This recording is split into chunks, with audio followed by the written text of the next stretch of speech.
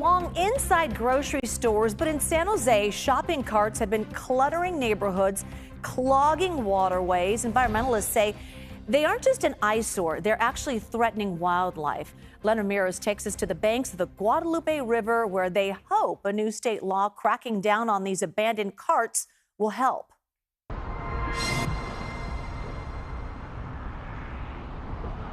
So we're going to be getting onto the Guadalupe River Trail. Through overgrown brush and muddy trails, Josh Lopez leads the way, past piles of trash, rusting metal, and many things you might not expect. Some of the more interesting items, like car parts. There's a car light right there. Or over here, there's a little oxygen tank. But as we continue on to the Guadalupe River's edge, a bigger problem comes into view. This is where shopping carts really become an issue. There are thousands of these shopping carts throughout our water systems.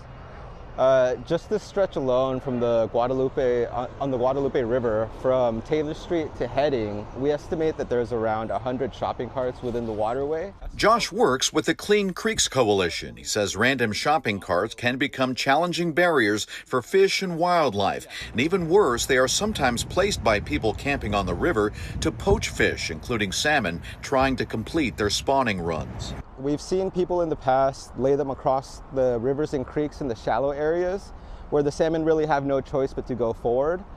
And that ends up putting them in a very bad situation. They end up getting caught in the shopping carts, and then they're very vulnerable to just getting picked up and taken out of the water.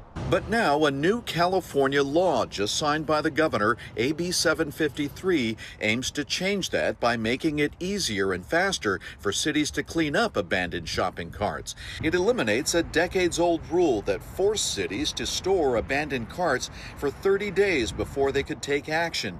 Now cities can move faster and charge retailers for the cost of recovery. I think we shaved 27 days off of what'll be the typical time that a shopping cart, stays out in the public. State Senator Dave Cortese authored the bill, which was also sponsored by the city of San Jose. It creates a system of cost recovery for the cities, and they're a little bit of a hammer so that they can fine the owners of these carts if they don't show up. And I think that's going to cause everybody to get on the bandwagon here. So these things are pretty heavy and whatnot. For Josh Lopez, the change couldn't come soon enough. Some carts have been stuck here so long, they're buried in mud. It takes 2 to 3 people to try to get these things out safely. Josh hopes the new law will help San Jose remove the carts more quickly and lessen the chances they will end up in the river. And with the fall salmon run just weeks away, Lopez says it's a critical time to clean up. These salmon have been coming, they come in here to spawn from the Pacific Ocean, so they've gone a long way and had to go through a lot to get up here. By the time they're in our waters, or in our rivers and creeks, they're pretty weak, and they're just trying to find a nice place to lay their eggs. Josh and his group say San Jose's recent efforts to remove river encampments are having an impact, and polluted pockets are getting harder to find. But the new law could help rivers flow freely once again and give their ancient wildlife a better chance to survive. Under the new law, cities would be able to retrieve and return the abandoned carts right away and charge businesses up to $100 per cart if it's a reoccurring problem.